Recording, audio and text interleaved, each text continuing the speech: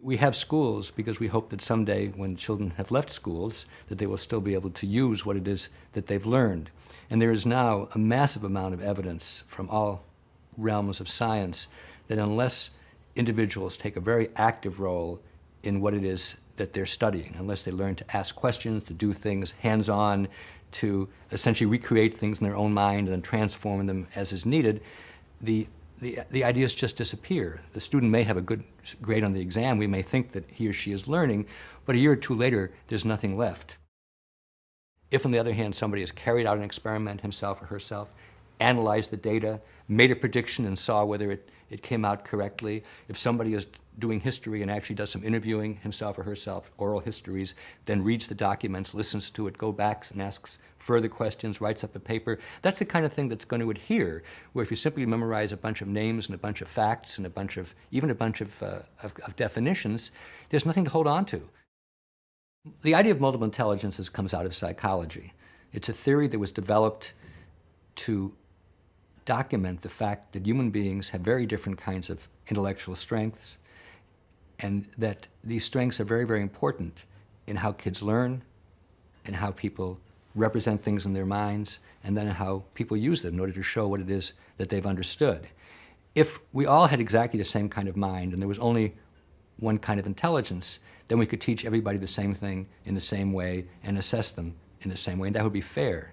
But once we realize that people have very different kinds of minds, different kinds of strengths, some people are good in thinking spatially, some people are good in thinking language, other people are very logical, other people need to do hands-on, they need to actually explore actively and to try things out. Once we realize that, then an education which treats everybody the same way is actually the most unfair education, because it picks out one kind of mind, which I call the law professor mind, somebody who's very linguistic and logical, and says, if you think like that, great. If you don't think like that, there's no room on the train for you. If we know that one child has a very spatial or visual spatial way of learning, another child has a very hands-on way of learning, a third child likes to ask deep philosophical questions, a fourth child likes stories. We don't have to talk very fast as a teacher. We can actually provide software, we can provide materials, we can provide resources which present material to a child in a way in which the child will find interesting and will be able to use his or her intelligences productively, and to the extent that the technology is interactive, the child will actually be able to show his or her understanding in a way that's comfortable to the child. We have this myth that the only way to learn something is read it in a textbook or hear a lecture on it, and the only way to show that we've understood something is to take a short answer test or maybe occasionally with an essay question thrown in. But that's nonsense. Everything can be taught in more than one way, and anything that's understood can be shown in more than one way. I don't believe because there are 8 intelligences we have to teach things 8 ways. I think that's silly. But we always ought to be asking ourselves, are we reaching every child? And if not, are there other ways in which we can do it? I think that we teach way too many subjects and we cover way too much material, and the end result is that students have a very superficial knowledge, as we often say, a mile wide and an inch deep, and then once they leave school, almost everything's been forgotten.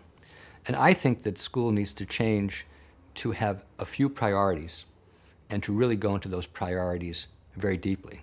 So let's take the area of science. I actually don't care if a child studies physics or biology or geology or astronomy before he goes to college. There's plenty of time to do that kind of detailed work.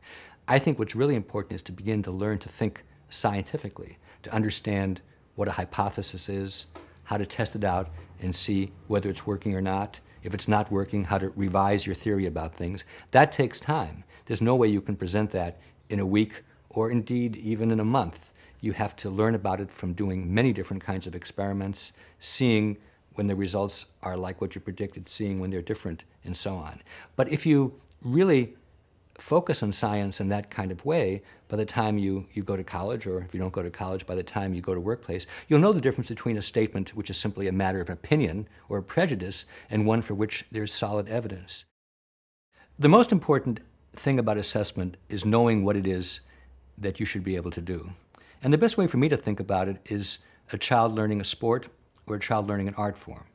Because there it's completely unmysterious what you have to be a quarterback or a figure skater or a violin player. You see it, you try it out, you're coached, you know when you're getting better, you know how you're doing compared to other kids. In school, assessment is mystifying. Nobody knows what's going to be on the test, and when the test results go back, neither the teacher nor the student knows what to do. So what I favor is highlighting for kids from the day they walk into school, what are the performances and what are the exhibitions for which they're going to be accountable. Let's get real. Let's look at the kinds of things that we really value in the world. Let's be as explicit as we can.